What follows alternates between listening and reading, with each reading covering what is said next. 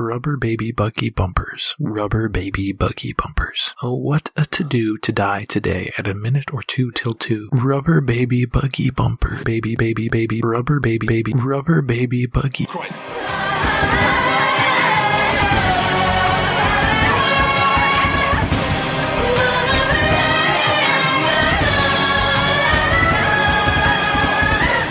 Welcome to episode 20 of ScapeChatz, a podcast where we discuss the sci-fi television show Farscape. This week, we're discussing 2 episodes, those being Season 2, Episode 16, The Locket, and Season 2, Episode 17, The Ugly Truth. First up is The Locket, which was written by Justin Monjo, directed by Ian Watson, and it aired August 25th, 2000 in the United States. We got another live episode, John. Yeah, we do. Still, we fit in the time for it, and boy howdy was this an interesting pair of episodes. I liked The Locket. I'm just going to say that from the get-go. You know, John's giving me sassy face. I thought The Locket was entertaining, and it was a cool Farscape episode, but it was kind of complex without reason, and it had a really interesting, metaphor for aging and life inside of it that just kind of got muddled in a lot of, tension and, we need to hurry, mechanics of sci-fi. And getting bogged down with the mechanics of this whole premise. This concept of one character ages separately from everybody else is a trope that I've seen done better and I've seen done much worse. Right. So this episode was fine. Could have been a lot stupider. And we've definitely seen Farscape episodes get pretty dumb with core sci-fi tropes like this. But this one was able to draw something more human out of it and almost make me forget about the arbitrary fiat that went into the whole plot and why it exists. And it's weird that they spend so much time within the episode on the mechanics of the mist of this episode, because the first thing I messaged you when I started watching this episode was that I'm noticing a really cool trend in this show, which is that it doesn't waste any time getting to where it wants to be every episode. It spends maybe a couple seconds being here's where we are, here's what we're doing, let's go. Erin's old. You see old Erin in this episode in 2 minutes. They just find her. And then they kind of go back and explain how we got there, but they don't ever get bogged down with and I've already used bogged down twice right now, but they don't spend too much time setting anything up because they really want to tell this story. Other sci-fi shows, the teaser at the beginning would be Erin saying, I'm going to go check out this planet, blah, blah, blah. And then them losing communication with her is the cut to opening titles. And then they hem and haw for a while. And then the big moment before the first act break is, Erin's old. But instead Farscape's no, let's do that at the beginning so that we have another whole act's worth of things that we can do. Which I appreciate as a viewer. That they don't dilly-dally, so to speak. It gives them time to really flesh out the character of old Erin, who's lived this full life of 137 cycles, approximately 100-something cycles. She's very old. She's lived a very full life, and one of the cool human elements of this thing that's happened to her is that she's lived a full life, and she sort of has reassessed her priorities. Erin is now a mother, a grandmother, in fact. And she had kids with a man who isn't revealed until later, but we all know who it probably was. Wait. No, we don't. No, we don't know who she actually... But it's the true love who is the character that we guessed from the beginning in The Locket. Yeah, but we don't know this man. Correct. Yeah. So let's just do a quick recap of the plot super fast. So, essentially... We open, Moya is in a stellar mist of some kind. There's a lot of, stellar events that in the show. I feel like this is our second or third mist that we've seen. It's a mist, or it's a cloud, or a weird planet. It's always, a thing. Because in, Crackers Don't Matter, there was a big mist. And I guess the Flax wasn't a mist, but it was, a zone. There are a lot of zones. Yeah. Yeah. The magic zone, which is a very Star Trek thing. Yeah. And this is a Star Trek episode premise. like, for sure, right? The episode of Star Trek: The Next Generation that a lot of people consider their favorite is like this. I think it's The Guiding Light. Yeah, the one where Picard lives a full life on a planet. It's this, but it's so much better. So they're in this stellar mist, and they sent Erin's son out to go investigate it in her prowler. She has not returned for a solar day, which is a day. Thank you. So they're starting to get worried. Then they reach her on the comms, and they find out, she's an old lady. She's aged, according to her, 165 cycles. That's what it was. Which is 165 years. In case you needed to know. Thanks, guys. The translation. So they're confused by this, obviously. They think that it must be some trick or something. A clue that it isn't is when they find the prowler, it's overrun with vegetation. This plant that Zan gave her to deal with her headaches, which was a cool feature. Because that, for us as the audience, clears up right away that this is not... It's not localized to Erin or something. It's not like she was shot with an age beam or something. She actually did age this much. And then also, Zan, scans her and says, yep, this is... She's not temporary. Old. This is old. She's very old now. And the crew is insistent that they can do something about it, that they should keep her on board, and she just wants to get back to her granddaughter. She has a whole life on a planet below, and as much as she enjoys seeing her crewmates again, she's moved on over the course of 165 years cycles. So she wants to go back to the planet. Eventually, she does. She paralyzes Chiana with a weird syringe to the neck thing, which was kind of I thought that was a cool moment. What did she say? I don't remember what she said. She was like, "I'm sorry. I'm really sorry." She just kept saying, "I'm sorry. This is really bad. I'm sorry, but you'll be fine." But I had to do this. Something like that. I was like, what? What's the deal? Sleek good night now.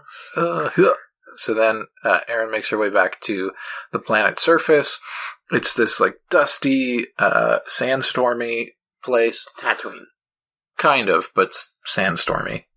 There's a lot of tumult going on. Good word. Not really. Good word, not the use of word, but good not word. Not very smooth at all. Yeah. Yeah, so she goes down to the surface. John follows her, and he runs into Enix. I think that's her name. It starts with an E. I think it's Enix. Yeah, or something like that. And she's like, I'm her granddaughter. And he's like, I'm John Crichton. What? I've heard about you. Yeah. She talks about you all the time. Crazy grandma. We thought she was crazy. We thought she was on her crazy pills. Yeah. I think this was so well cast. You look at her and you immediately are like, she is not Erin's son, but she is her granddaughter. Yeah. That is how that looks. So then they talk about that for a while, and it comes up that Erin has been returning to this spot once every 55 cycles because it's, for some reason, it's a spot where the mist opens up. Yeah. I wasn't really clear on why that was. It's like a dead zone. Yeah. Basically. And so she tried every 55 years to call Moya and wasn't successful until her third try. Mm-hmm. If you do the math there. Yes. Yeah. So she says, listen, John, this is going to close up. You're going to be stuck. Come back in however long, in an hour. Yeah. Oh, yeah, it was like 4 arns or something. Yeah. Arns. Which are hours.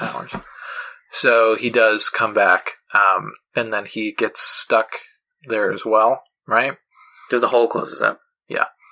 And so then he is on this planet, this other planet that they've been living on, a colony on. I guess it's in the same system or something. Correct. It's still within the mist, but it's not the same actual planet. Yeah. So he goes to live there. He ages a whole lot. He becomes a crotchety old southern man. Because he has like a light southern accent normally, and that's just Ben Browder. Yeah. But he gets older and he leans into it. He's like fully, howdy y'all, yeah, I'm here, I'm John Crichton. You're like, whoop. Pretty. But he still sees Scorpius, mm-hmm. which is interesting. But he is old. He's lived a whole life there. And we see their relationship sort of has developed, and they have this, it never is implied that they've we've gone together and we're like lovers now. It's like we're still just like good friends. Right. Mm-hmm. And we'll talk about that a bit more. Yeah. in a minute. Meanwhile, on Moya, Stark is back. Forgot to mention that. He's just there. His grand reintroduction is a cut to a mid shot of him being there. Yep. And he's back. Here he is. There he is.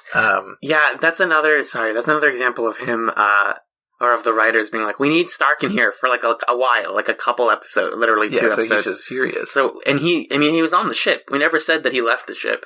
So we just have him in the wings.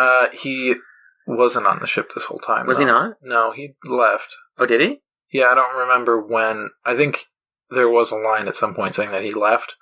In the background info for this episode, they say that there's a scene written in that explained how he came back, but they cut it. Oh, that makes more sense then. Yeah, but Okay. he's just... I mean, they still deemed it not necessary. Yeah, it takes so time. he's not He's just explained. there. He's just here.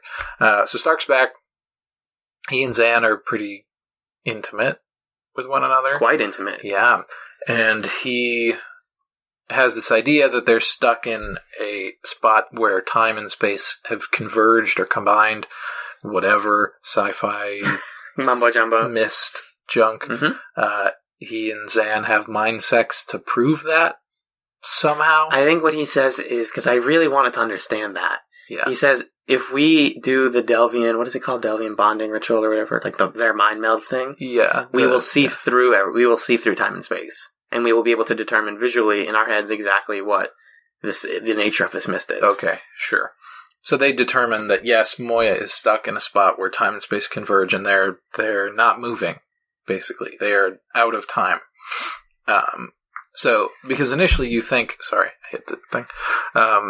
You think that this episode is the kind of thing where, like, oh, Aaron's stuck in a pocket spot where time goes quicker or whatever. That's what you would expect this to be in sci-fi terms. Yeah. But no, that's not what's happening. Moya is, in fact, stuck out of time, and Aaron was just in a spot in the universe that was progressing normally like everywhere else. So, with this information, they aren't quite sure what they're going to do. It's around this time that John and Aaron hit the 55-year mark again and are able to communicate with Moya one more time. So they go back up to Moya, and the decision becomes, well, we can do one of two things. Either we can fly straight out of this mist. The whole universe is aged, so everyone we know will have aged and possibly died. That was a cool part where she was like, Crace, Scorpius, all our villains. I thought she was going to say Maldus at one point. I was going to get really mad. Like, all of them are going to be, like, super old. And I was like, right. For a minute, I thought that was going to be the nature of the show from now on. I was like, this is potentially awesome. That would have been pretty weird.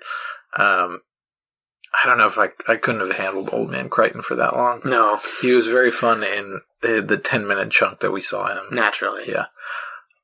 So that's one option, and certain people are against that. Dargo's against it because of his son. Everybody else kind of doesn't have much skin in the game, so I don't know why they cared. I mean, John, but he was old anyway. You're saying they don't care if they go forward or backwards, you mean? Well, because think of who else do these people have left in the universe? Like, this is a show about... Initially, we said that this was a show about going home, and that's the big sort of... Those are the stakes, is how do these characters get home. So John obviously would want to get back to Earth, but he's aged 55 years anyway. So and he's formed a new home for himself on this planet. And also, he could still go back to Earth as an old guy. True. And maybe... Because we already determined that all of his family and friends are going to be probably gone. Right? Or they don't know yet, because it's like the dimension warp is going to mess with time. They have mentioned that at some point. Well, but, like, even if, let's say you right now aged 55 years, sure, your parents would be dead, but a lot of your friends would probably just be old people. That's true. Oh, that'd be awesome. Old man DK.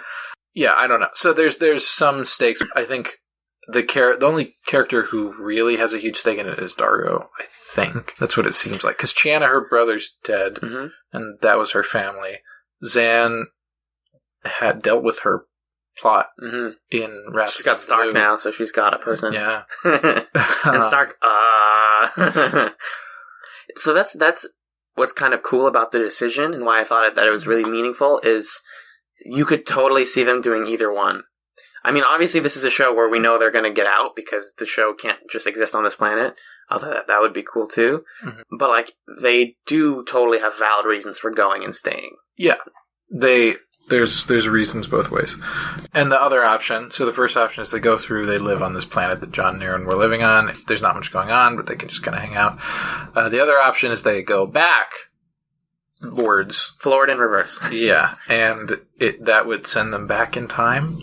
They would bump into the hole and then fall out of the mist, and then that would rewind everything. Right. They don't explain it really well. Yeah, they don't care to, which... They don't need to. Yeah. If they tried, it's not like they would come up with a good, compelling scientific reason that works, so that's okay. But it's the same, if you think about it, it's the same construction of an issue as Through the Looking Glass, where it's like, well, the one where the ship split into different colored ships, where it's like, well, we could go forward, or we could try going backwards. I was going to point that out. I feel like they really enjoy using the idea of Moya going backwards as like the MacGuffin of the episode, or like the Deus Ex Machina. You can accomplish anything if Moya just goes backwards. So they decide, yeah, let's go backwards. Screw it. This is a crew that loves to just say, fuck it, let's do the crazy thing and see if it works. Because it usually does for them. So they hit it in reverse, and everybody starts going really, really slowly. It seems like it's not going to work out. Yeah, pilot can't even initiate Starburst because he's so slow. Aaron died. Yeah. At some point there. That was really sad. Of old age. For like 2 seconds, that was sad. Yeah. Because they open the door, and John comes in, and they're like, hey, John, and he's holding Aaron. He's like, I'm sorry, I did my best. She's dead. Except, but the dumb accent has him go, she's dead. And you're like, great work, guys. Yeah. But the episode's almost over at this point, so let's just... So they're going backwards, they're going really, really slow, and Zan and Stark are like, as long as we have mind sex and transmute our powers to John, he can press the button. And that's how they solve it. And that's how they do it.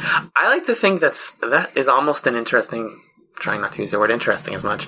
Cool is not better. Just don't use an adjective at all. That's a way to characterize Stark. Is that he always wants to mind meld with Zan. Like he just wants to have sex with Zan a lot. Yeah, that's his solution to everything. I guess that works out. Mm-hmm. And then, so yeah, it does. They see through everything. They tell Old Man John, like, oh, go ahead, press the button. And he does it. And they starburst back. And everything's fine. And I was telling you, like, man, they have mucked up this episode so much with all the old characters. They need to come up with something remotely clever to rewind everything. And, it works. They did it. Serviceable. Yeah. We went back in time. Yay. But what's cool is they don't just go back in time and everything's fine. They go back in time right before Aaron leaves.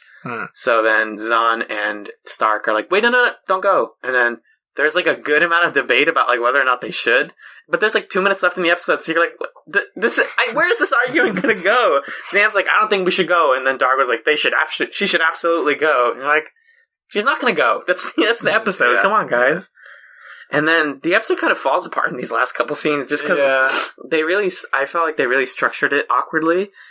Because the next scene is Zahn and Stark talk to each other and say, we should really tell Dargo what the stuff that we know. Yeah. That Stark has learned. Mm-hmm. And so they go to Dargo and they say, hey man, we have information. This is the reason that Stark is back. Yes.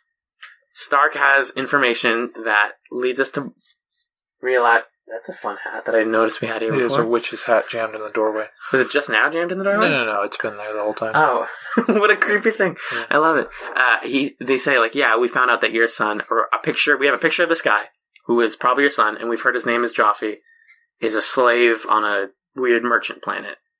And Dargo, being the brute that he is, doesn't take this well. Yeah. He gets really mad that Stark has been holding this information. Zahn says a lot of, like, he was waiting to make sure of everything, like, had we told you earlier, this wouldn't have been a good idea. He says, all right, cool. And then that scene ends with him looking at the picture. And I was like, just end it there. That's a good, clean, nice ending. This is what we need to know for the next episode. That's good suspense. That's like good directing. Yeah. Oh, yeah, one more scene. Mm-hmm. Which is like, okay, this is the scene where I feel like some sort of higher-ups told the writers of the show, we really like ending episodes on Aaron and John and their romance. We really like to just push that more and more.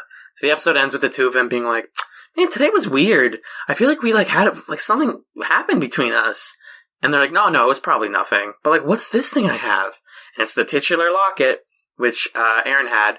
And when they were old, she mentioned that she had a portrait of the man she loved the most. Yeah, her one true love. And John's like, I bet it was me, wasn't it? She's like, I'm not telling you. Of course it was him. Oh, who else would it be? But they open it and so then he looks at it when she's dead. Yes. Because she had said, no, it's not you, it's the guy that I had kids with. Yeah. And lived with for years and years and years.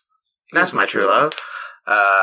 Here, you can even look, like she plays chicken with him. Here, you can even look and you could see. Yeah. He's like, no, I don't want to look. I don't want to look. But then he does when she dies. When she's dead. And he goes, oh, it was me. Aw. And then I hear she opens it and it falls to dust. Or like the picture inside full of ashes. Or yeah. And then the two of them look wistfully into each other's eyes as the credits roll. Yeah. Come on. All they had to do is swap those two scenes. And cut the look at each other. And yeah. Because that, like the locket with the dust in it, it's such a nice image. And then it's like, oh, let's just make sure that they got it. Let's make sure that the audience really gets what we're doing. They love each other. Oh, they're going to get together. Stop. Don't do that. Don't do that to me. Every show does that. That is a serious mandate on like big television shows. Is we need to push the attractive people romance. So that ends Which the is episode. fine. Like, Aaron and John are great. And they, for the most part, have been handling this romance very well. And like we've been talking about, I think we started to have this conversation in the Flax, where they just, there they go. Like, they're going to... It's very mature. It's very real. They're not wasting any time. They're not jerking us around with this. But this moment felt like they were a little bit. I think it felt cynical, is what it was. I feel like they were backpedaling on a lot of really good character development almost. Yeah, not even backpedaling, just like it felt like they were talking down to us as an audience a little bit. Like, look, see? Yeah, you get it? Get it? Good job. Yeah. So, an entertaining, if kind of okay episode with a sour ending, but a good core. Mm-hmm. That's the Locket. Oh, it's the core, like the middle of the Locket.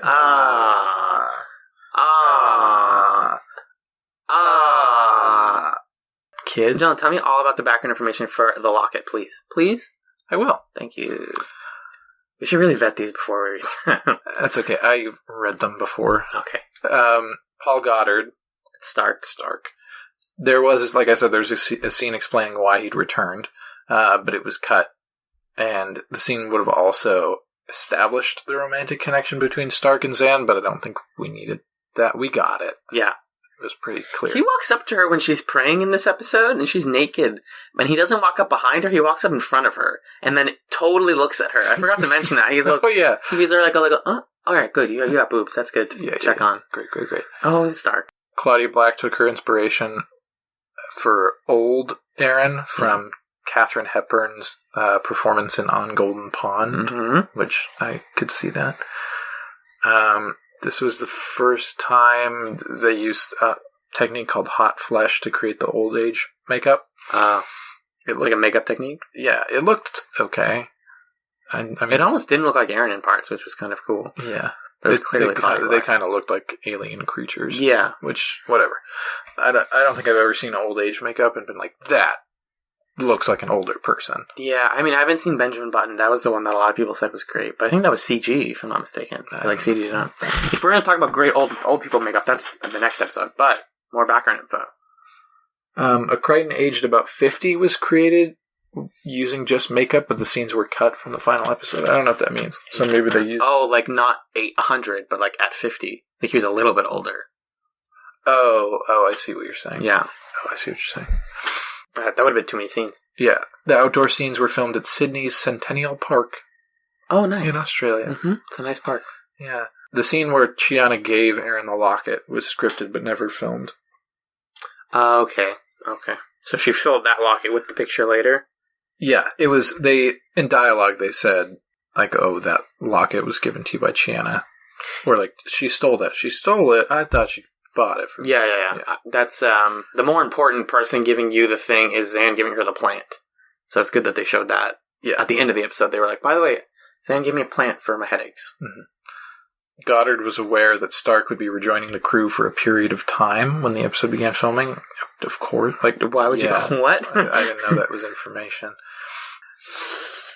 Some of these are really silly. Oh, yeah. This is just not great background info. There's a line where John says, I'm too old for this shit. And they had him record an ADR version, I'm too old for this ship, but they kept shit. Yeah, I was going to say, they don't swear on this show a lot. Yeah. Or they don't, English swear on this show. Yeah.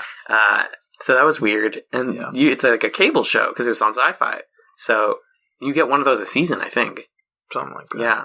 That was a pretty good use of it, if that was the one. So Claudia Black recalls this being kind of a tricky episode performance-wise, because they didn't have a lot of time with the prosthetics beforehand, so she didn't have a lot of time to figure out how she was going to look or move before, like, preparing her performance.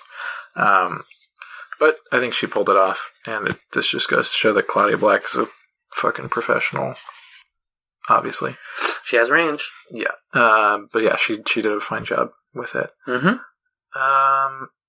And they initially decided that Erin was going to be, like, fat as an old lady, but then they scrapped that. So that kind of messed with her physicality as well. And then there's just a quote of Ben Browder being so happy that he could say whatever he wanted as an old man. I get to really lean into this. You got to imagine that the Southern accent thing was another, like, Ben Browder choice. Yeah. Good for him. I'm happy for you. That you got to do that. I had fun with it. Yeah, it was very fun. His little whole thing. Yeah, anything else to say on this episode? No, I mean, I think I'm just gonna... You know how, like, we always think about, oh, this is the episode where X... It's the episode where Erin and John get old. Yeah. That's how I remember this. It was a perfectly fine and very... What's the word I'm looking for? It was very caring and careful with the characters. Like, nothing was done in this episode that was out of character or harmful to characters. I don't know that we got any development that was particularly valuable. Like, the Erin John stuff was kind of just repeats of beats that we've seen before. And this time it was a little more ham-fisted. The Zan Stark stuff, that's good to know, but it wasn't particularly compelling. And then the Dargo Jothi move has not fully started unraveling yet, so we can't say much about it. So this episode caused no harm, but it also didn't really accomplish much. If anything, it just reminded me, it was another good example of, like, the economic way that they write scripts for the show. It's like, let's get right to the good stuff. Yeah, exactly. No fluff, which was happening even more so in the second episode, which we'll talk about right after this. Okay, Pilot. Can you please explain to me why you had to take my editing equipment away? Unless we destroy them soon, the internal damage may be irreparable. Moya may die. Okay, well, that's not a good reason, but I guess whatever. I guess I suppose I can do a Moya bag without editing. Like, that's not impossible, right? Okay, well, let's give it a shot then, everyone. Hi, this is Alan, and we're doing the Moya bag for episode 20 of ScapeChatz. So, yeah, we are going to read the comments, and I think that's what we do here, right? Yeah, and so, okay, cool. We're in a weird position right now. Pilot is, like, he took my editing equipment away, and I don't know how to do the show like this, but, like, we're going to figure it out together. It's ScapeChatz. Let's do this. So I got some tweets here, which I printed because Pilot also thinks that smartphones are bad for the ship. I don't know. This is another memo from There's another memo from listener Old as Your Omens, who says, I love the writer of this episode referring to Beware of Dog as much as... I love the writer of this episode because I think she loves Aaron's son as much as I do. It's fluffy and weird, and I don't hate it, but it's a weird breather.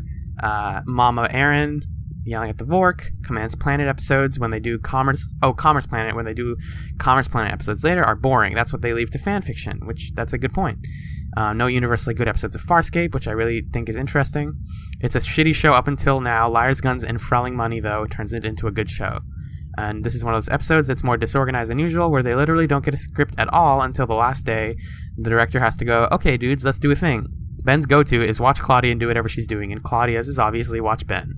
This did not work here. In Meltdown, though, which I've mentioned before to Alan as a highlight and possible dark horse, they do this and it turns out fantastically. Always a pleasure. They also wrote about Won't Get Fooled Again and how it's the first AU episode referring to alternate universes, and the other main one being John Quixote, which is a look into Ben Browder's caffeinated psyche, and I love them both. And they also mentioned that the episode is gorgeous, Anthony Simcoe's comedic timing wonderful, Harvey, everything best, adore it, fan service nice.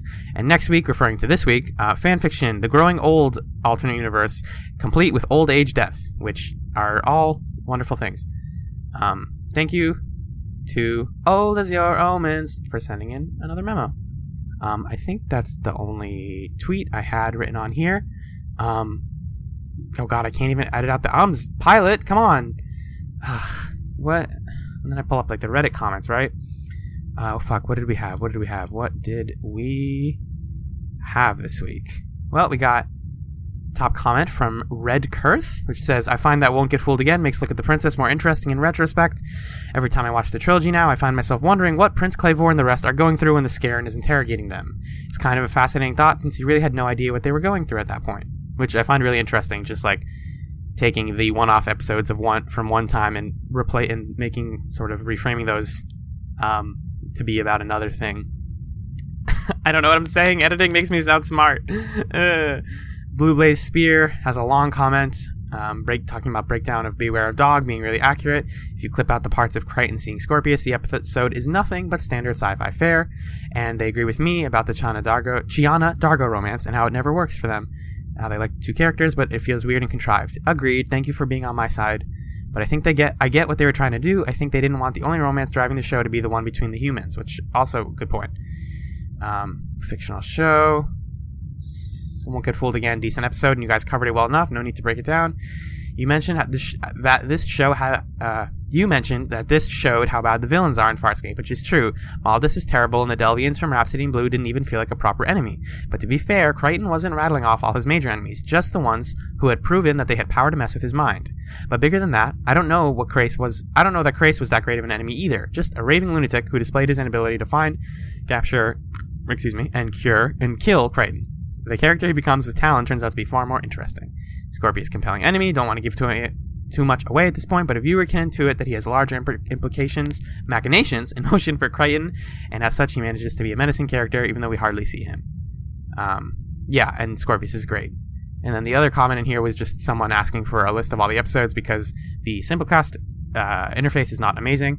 But yeah, if you ever are looking to like go back and listen to episodes or recommend them to people, we have ScapeChatz.simplecast.fm is like, they're all listed right there. Like they just scroll downward and they all have download links and the summaries and all the stuff. Or if you have any podcasting app, you should be able to go back and listen to all the old episodes. Excuse the ship noises. Moya's like weirdly loud today. The engine has been humming. I think that's part of why Pilot took my editing equipment away, which will probably be back next week. One would hope. I can't keep doing this damn middle segment with no edits. It's not my way. I think that's all I had to say from comments. Thanks, everyone. I love these comments, though. If you really have any questions or comments that you want to say, just drop them in the Reddit thread, reddit.com/r/Farscape, twitter.com/ScapeChatz, ScapeChatz@gmail.com. These are the places, people. These are the places where you can send us nice things. Speaking of places where you can send us nice things, we have a Tumblr now. Sorry, let me put my notes away. Old As Your Omens actually recommended... Oh, I forgot to do the song. Whatever. They recommended that we start a Tumblr, which you can now find at scapechatz.tumblr.com. I'll probably put some more time into that once I have a more stable summer schedule, but for now, it's where we're going to post episodes, and we're going to tag them all with the tags that people do on Tumblr, I guess, and then we're going to try and get the Tumblr fan base into the show as well. So recommend the show to your friends.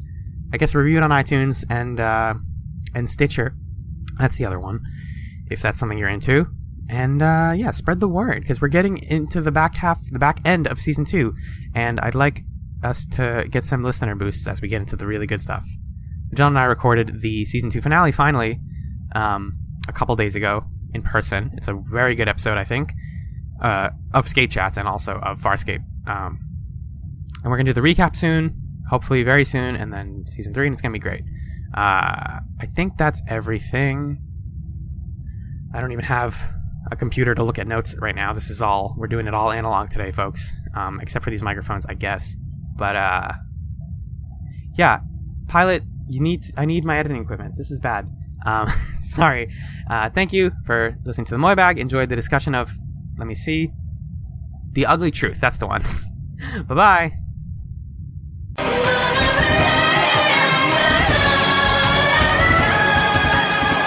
Welcome back to ScapeChatz. We're talking another episode of Farscape. A very interesting episode. Oops, I said the word! Whoa!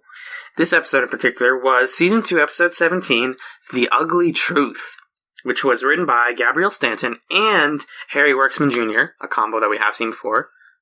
Yeah. And it was directed by Tony Tilsa, and it aired September 8th, 2000. John, this episode was rad.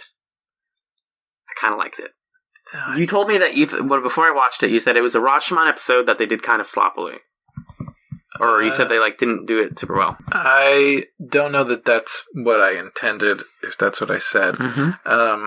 I think it's more that they did a Rashomon that was very subtle about something that did not need to have a Rashomon done about it. You think so? I don't think that this event warranted that, and I kind of got bored of seeing this scene multiple times. Yeah, it's a weird premise to frame a whole, who saw everything? Because they're all in the same room, and, one thing happens. It's actually a very simple scene, if you really just, break it down. It's satisfying as a viewer to see the actors and the director have such a strong handle on the characters that they can do these subtle, slightly different readings or very different readings. Each take, stage it differently so people are standing in different arrangements, and communicate this is how this character interpreted this and how they view themselves and their station in the crew. Mm-hmm. That's great. That's good stuff. But as for the scene that was going on, I don't know. It just felt kind of underwhelming, and it didn't really warrant this kind of... Because the reason, I think, is that it was an external party that was forcing them to rehash this thing. Mm-hmm. But none of the characters seemed particularly attached to the results of what happened. It's not like they killed somebody who was important to any of them. It was just that they blew up a ship of bad aliens, and the bad aliens are mad. So now the bad aliens are forcing them to go through this scene again and again. And that, to me, was not that compelling. And also, the ultimate takeaway, just to jump right to the end, is, they turned off the weapons and Talon did it himself. But I kind of predicted that from the beginning. So to go through all of this testimony and be kind of led to think, Stark did it. Crace did it. Crichton did it. Whatever. Just to get to the conclusion that I kind of already knew, and that they were already seeding for me in the beginning by saying that Talon is really violent now, that fell flat. Yeah. That they did all this work just to get to a conclusion that I kind of figured out early. Well, because also we know at this point, and we've had it repeated into us multiple times, that the ships in this show have volition. They have their own, they can make their own decisions. So for them to be it was the ship that did it, it's of course he was the one who did it. He is he has the most control over himself, if anything. But I think what I liked about it was that the way that they shifted all the performances was amazing. That's really impressive. Mm-hmm. And also we learned a lot about what each character is willing to who they're willing to throw under the bus at a moment's notice. Because the thing we've talked about in the show a lot is how it doesn't feel like everybody's best friends. They're not all... They feel like a family in the most realistic sense of the word. They fight a lot. They do care about each other, some of them. But some of them are no, that guy, if we killed him, I would be totally okay with it. If we shunted Stark into space, Dargo would be over the moon about that. Because of the whole Joffrey stuff and just general mistrust of new people, which he talks about later in this episode. So it actually provides a lot of character development.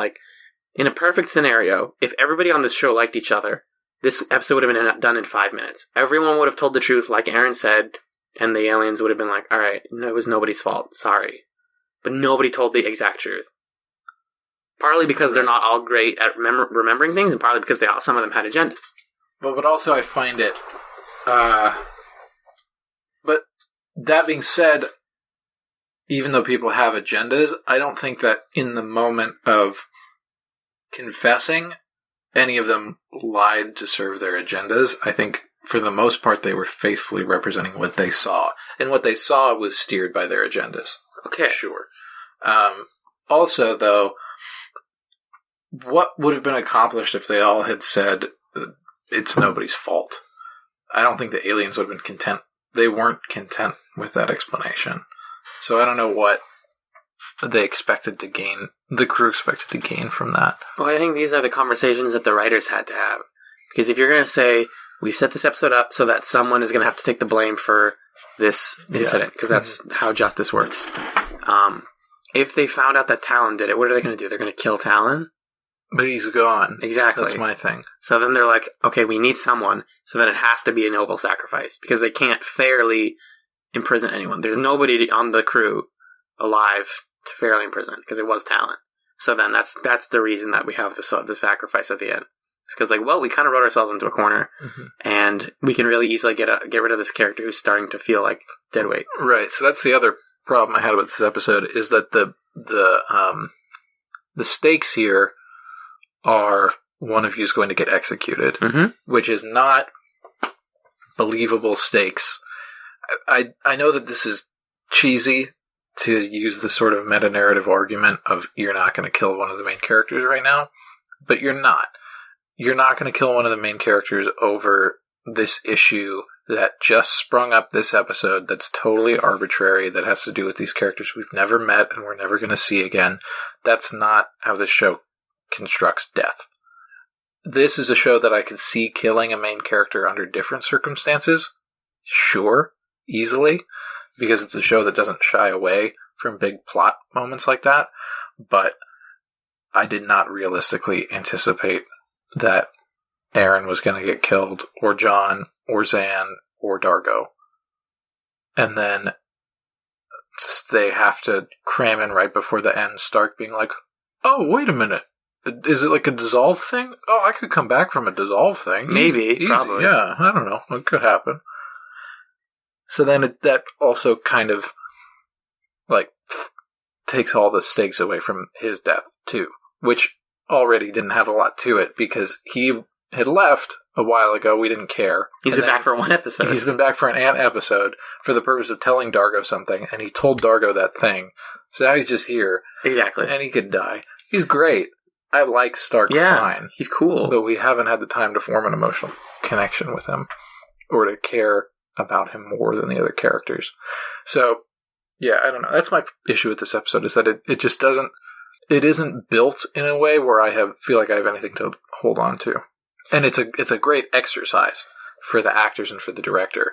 I'm sure they learned a lot about their characters doing this episode. And they had a lot of fun, like, you know, being like, okay, I would do this line this way in this person's memory, but this line this way in this other person's memory. That, as a performer, must have been really fun. But as an audience member, I keep asking, so what? There's not really a so what to this episode, in my mind. I still enjoyed it because I think that it made me feel good. Like, it's just an episode that's, like, kind of entertaining to watch everyone do that. But, like you said, from a narrative standpoint, it is convenient. It's too convenient. We need to get rid of Stark because we have plans for him way later, maybe, or we just need to, like, excise him for now in a clean and, like, fair way where nobody feels bad. This is the easiest way for us to do a one-off.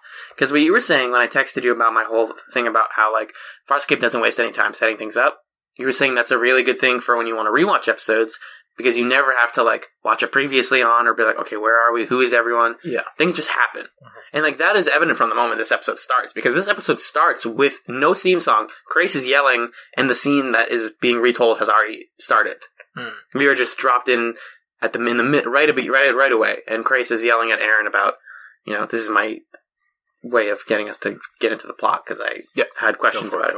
But, like, Grace is yelling at Aaron about something. She comes onto the ship, onto Talon, and he says, you know, I need your help because we need to sedate Talon so that we can take his, like, super death ray off, and we're going to replace it with a dampening net that we're going to purchase from these aliens called the Plocavians. Ah, look at you. Yes, and they're coming soon, and he won't listen to me, or like, you know, I have to do other stuff, so like you have to sedate him so that he can switch weapons. She says that's a bad idea, and then the whole thing is just an argument between like everybody on the crew. Like Crichton gets on the ship, Darko gets on it, Stark, Zahn, and Aaron are all on Talon, and they're like, we should or shouldn't take it off. We don't believe, we might not believe Craze because these guys, we find out later, are like weapons dealers that sell like super crazy illegal weapons like this nerve gas. And Stark doesn't like them because they imprisoned him, or they like hurt him. They like killed a lot of his homeworld people. That's what it was. Or something. Yeah. So that's his stakes. And Zan just doesn't know how to process the whole thing. She's just like, I'm trying to figure everything out. And Dargo wants to snap Crace's neck, because that would be easy. And because Dargo works best when he's angry. And John, I really love the way that they use John in these scenes. Because the background information points this out. They don't use John to be an agent of change. They use him as a sidekick for everyone. In everyone's story, John is the guy who agrees with them. Yeah. So that's kind of, I like to think that that's how everyone sees John, is like, he's the guy who says yes when I talk. Yeah. So when Dargo's like, we should snap his neck, he's like, yeah, we should snap his neck. And then when Aaron's like, no, we should replace the thing, he's like, yeah, we should, that's a good idea, Aaron. Like, and John's useless in this episode. And I love this show's commitment to being like, our protagonist is not the most important guy. Like, whatever. Yeah, that's true. He's just someone else that's in the group. And so, the first time it happens, one of Talon's weapons fires off right as the Plocavian ship is coming by, and he blows it up. And it's kind of like, oh god, that's an act of violence, like they're gonna come after us, this is real bad. As the crew, Crace says, you know, I took off my control of Talon, I muted him, or like, so I can't control him, you guys are good. That's what he says at the beginning. Yeah. But he goes, no, I've lied to you, I have a second one, puts it in, points Talon's turrets at them and says, you guys need to leave. Immediately. This is the thing that happens throughout the whole, this is the scene, that is the whole episode. Mm-hmm. They leave, as they're leaving, they get captured. Also, that's another fun thing that changes with each retelling. Each person makes themselves the person who notices that he has a second thing. Yep. Like, oh, he's got a second one. I'm the clever one. Yeah. Yeah, that's a little bit of just like, everyone's a little self-centered. We like to think that we are the heroes of our own story. And so they leave, they get captured by the Plocavians, and then they're all taken to a really cool set. Like, one of the cooler sets from this show that I've seen. Yeah. The first place, like, the holding block is this, like, elevated platform that's, like, kind of circular, like it's spherical, and they're on top of it, so they can, like, kind of slide off, and the whole bottom is, like, nebulous blackness. And there's a cool bit of background info about that, like, what that set was. And whenever they're called in, they go into the middle, and they get descended into, like, a prison thing. Like a cage, yeah. Into a cage, and then they're put into, like, a weird, scary dentist chair in, like, pitch black darkness. And it's like kind of moist on the floor, and there's like really great lighting in those scenes, and they have their feet up, and it's kind of like what's the movie that Is It Safe? Oh, it's not The Pianist. I think it's called The Pianist. That one. Running Man. Yes. No, not Running Man. No, it's like that. Marathon Man. Marathon Man. Yeah. Wow. Not the Arnold Schwarzenegger combat movie Running Man. Although that one's great too. Yeah, it's kind of Marathon Man, where these two Plocavians, kind of good cop, bad cop, are like, hey, tell us everything from your perspective. And they are who I was talking about last episode when I said there was some great old people makeup. Because their whole thing is they just look melted. Which is like, the more they show close-up shots, the more kind of weird it looked. Yeah, they look like they just finished boiling. Yeah, or they had just seen the Ark of the Covenant for like a second. And they're like, I'm not done melting. Yep, let me seal that up real quick. Yeah. And yeah, so that's kind of the whole episode is... They're asking, like, oh, who saw the weapons button? Did somebody press it? How did everybody react to this, and this? And first up is Erin. She tells, like, she kind of tells, like, a fairly reasonable, believable story. Yeah. And then she comes back up, and they go, okay, next up is Zahn. But the gang doesn't notice that Zahn's going down. So Erin's trying to be like, okay, here's our plan. We're all going to tell the truth. Here's what I said. As she says that, Zahn gets taken in. So Zahn's like, I don't know what I'm supposed to say. I'm bad at telling the truth. I don't know, like, and I have a bad memory. So she tells, like, a skewed version of it. Mm-hmm. So they kind of, like, descend into progressively more skewed stories. And she seems very nervous. Yeah. Yeah.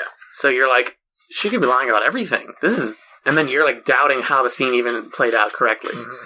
And then next up is Stark, Stark is next. who immediately is like, "Yeah, they were going to kill us. I saw the button. I stopped it, or something, or like I blew." He blames Krace. Yeah. Oh yeah. Doesn't he not like Krace? Also, is that what it was? Does he have a reason not to like Krace? Because he doesn't like peacekeepers or something. I think he just doesn't see the point in protecting Krace for any reason. So he says, he sees Krace as somebody easy to pin it on. Expendable. Yeah. So he says, "Yeah, it was Krace. He did it. He blew them up. Easy." Yeah. He's the first person who has a clear agenda. And then is Dargo, who is like, "Yeah, Stark did it. Mm-hmm. Stark saw it. He hates the Plocavians. He did it. Bad guy. You should get rid of Stark." And they're like, "Uh-oh." And Stark, I love that part where Stark's like, "Wait a minute. I'm going to die. I'm going to be executed because he's me. He doesn't like me. That's not fair at all." And so then they start talking about, like, what happens when you get executed. And he says the whole, like, "Oh, if it's dampening, like, maybe I can be fine." Or what is it called? Dissolving. "I might be able to survive that because I'm made of energy with my weird skull, half face, man in the iron mask." And then last up is John, who's like, "All right, fellas," like puts his feet up like real casually in the the interrogation room.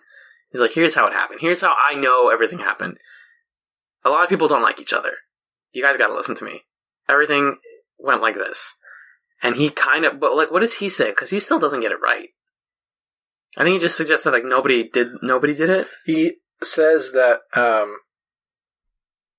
he disabled the console before Stark hit the button. Mm-hmm. So Stark did go to do it, and Dargo saw him do that, but he had disabled it, so that couldn't have been what it was. Oh yeah, that's what you're right. And then they're like, "Okay, guys." Oh wait, before we can move on, my favorite thing about Crane's interpretation is that nobody knows how to pronounce Plocavians. Yeah. So like, "Oh, the Plecovox or something." Placavoids. And and they all say it with confidence, like, "Oh, we're gonna be attacked by Placavoids." And he's like, "Yeah, that's how it happened. That's the real story." Plocavians are like, "We have determined that Stark is the bad one. He's gonna be killed." And they're like, "Oh no, what are we gonna do?" And Stark's like, I'll take the fall for this. This is like I don't have much stake in the game. Someone has to take it.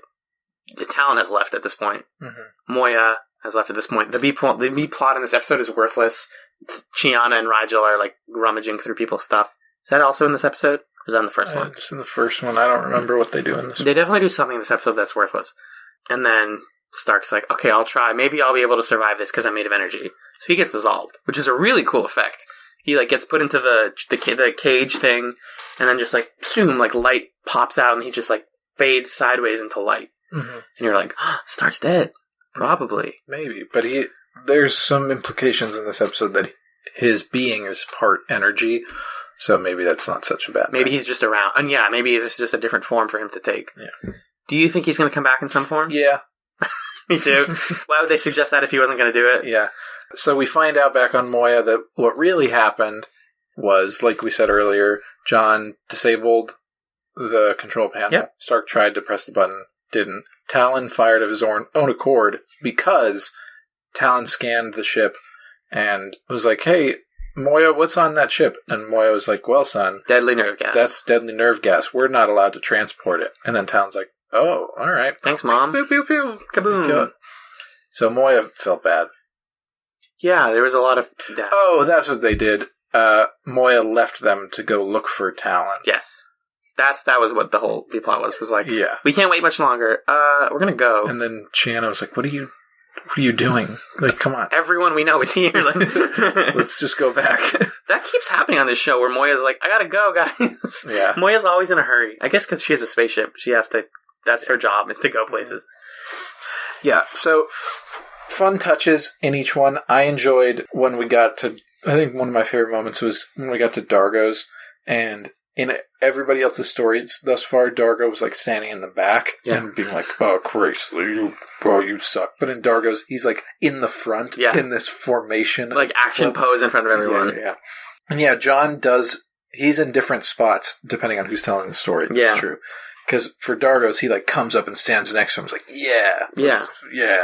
He's always there to agree with people. Mm-hmm. Did we say that in the episode, or was that in the middle?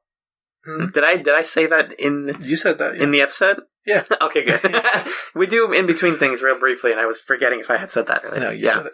Crane's great in all of the clips. So overall, I thought it was well executed. I don't want to make it sound like I thought it was poor. Stark was well executed.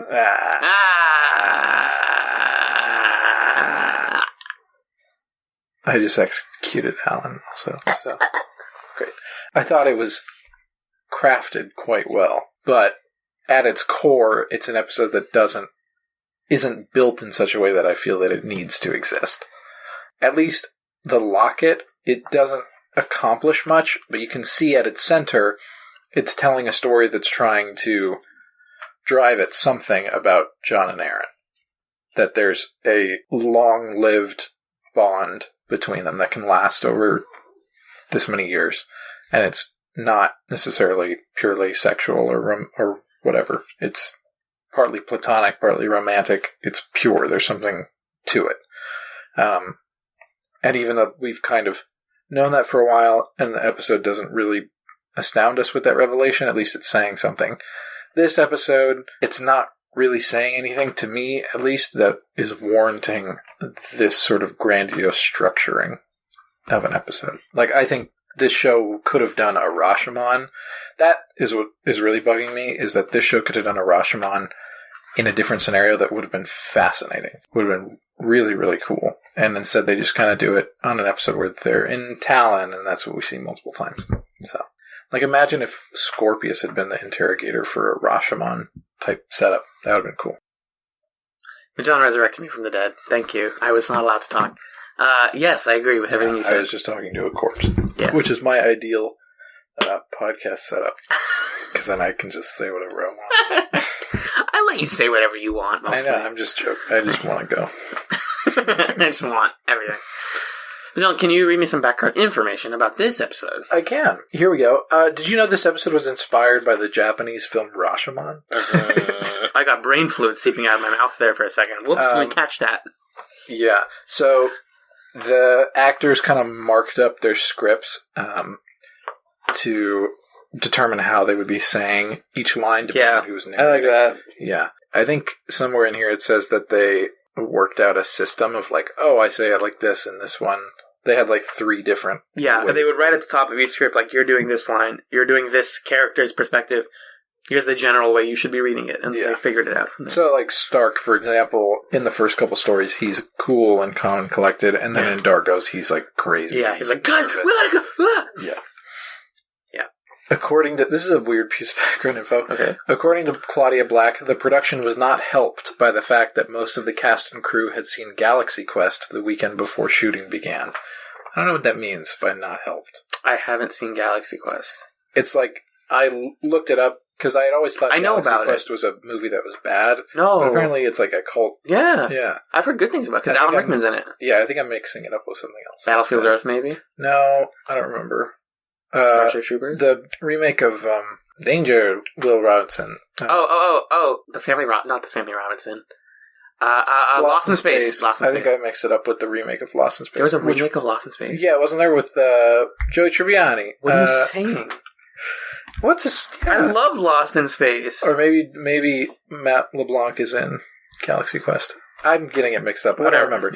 Basically, the vague notion I had was that it was bad. But it's not. Galaxy Quest is a movie about a cast of a sci-fi show that helps repel a alien invasion or something. Okay. I guess that also did just come out right around, because that was 98. Yeah. Right around this. I'm not sure why Claudia Black says that Or not production 98, wasn't I'm sorry. helped by that, but that's what the info says. Weird. Yeah. Matt LeBlanc was in the Lost in Space remake. Yeah, okay. Got that figured out. In the interrogation scenes, the cast really was above a tank of water. That's the thing I was talking about. That's kind of cool. Yeah, that's nice. The Plocavian makeup was inspired by creations seen in The Incredible Melting Man. Mm-hmm. It's an old, like... I can believe it. This show is inspired a lot by old sci-fi, which is kind of rad. I'm not even going to try to... Music video inspirations. Yeah, what that means. Yeah, this is a fun one. Many of the images for the Season 3 title sequence were derived from setups for this episode. There's a lot of, like, close-up, I'm yelling as a character, or, like, we're groups. That's what I'm guessing this is. Probably a lot We're getting there. Good material to Mm-hmm. draw on there. Tills remembers that there was a big discussion about the backstory of what was going on. So, a lot of talk about character motivations. Yeah. So, like I said, it seems like as an exercise, as performers and as a director, they really were able to dig into their characters and explore them from different angles. And you see that manifested in this episode, but on top of what is my thing. And then, let's see, chances for subtle performance moments to see how the characters view each other, which is valuable. Mm-hmm. So, that's The Ugly Truth. Do you have any other thoughts on it? No, this is not an episode I'm going to rewatch, probably. Because, like you said, nothing kind of comes out of it. Mm-hmm. Although it is pretty entertaining. I'm just so ready to get through season 2. Yeah, we're almost there. We're almost there. Yeah, we're about to start the big final moments here. So, speaking of the big final moments, Magellan, my friend and partner, who I'm vamping for so that he can look it up, could you do me the huge favor of just looking up the next episodes on Netflix? Because I would love to know what is the 1 or 2 sentence summary of each of the episodes that we're going to be watching this upcoming episode of ScapeChatz, which is a podcast about Farscape. And I believe we're watching 3 episodes. And if you could tell me what they're called and what Netflix says about them, that'd be really valuable. We're watching 2 episodes. We're still watching 2? And then 3 after that. Okay, so next week we're watching 2 episodes, fam. Yep. Groupies. What do we call our fans? Scapies. No, that's what you call Farscape fans. Is it? Probably. But that doesn't apply to us specifically. We call them Scuppies. Scuppies? Oh, our tiny little adorable orange Scuppies.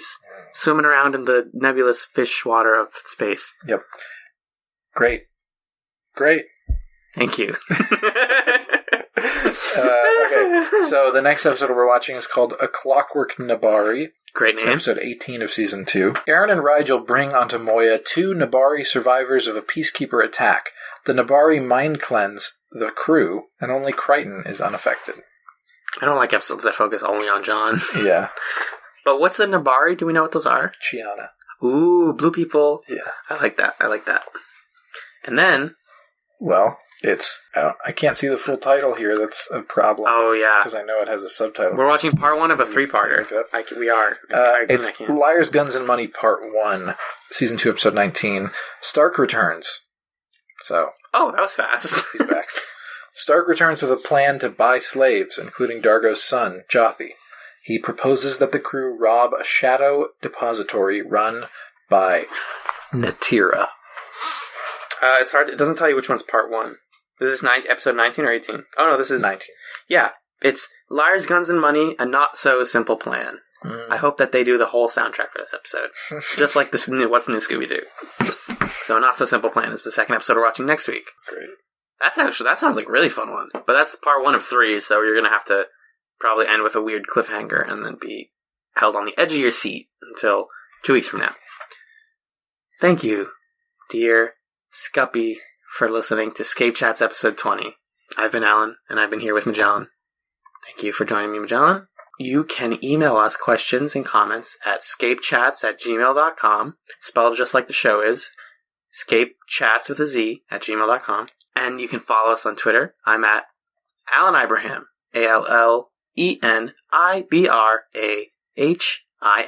I should shorten my Twitter name at some point. I'm not on there right now because we haven't seen Star Wars yet. But we're going to see it very soon. Yeah. I'm excited. Magellan is on Twitter at Just a Fluke. That's JUSTA, and here's the important part, PFLUKE.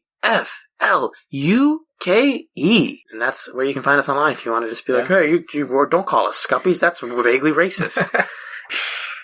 And you can read Magellan's really rad webcomic, which hasn't updated in a while, and I miss it. I'll get back to it. Really? Yeah, I'm excited. Sure. It's called The Platonic Solids, and you can find every single issue of it at theplatonicsolidscomic.tumblr.com. This has been ScapeChatz, somewhere in the universe.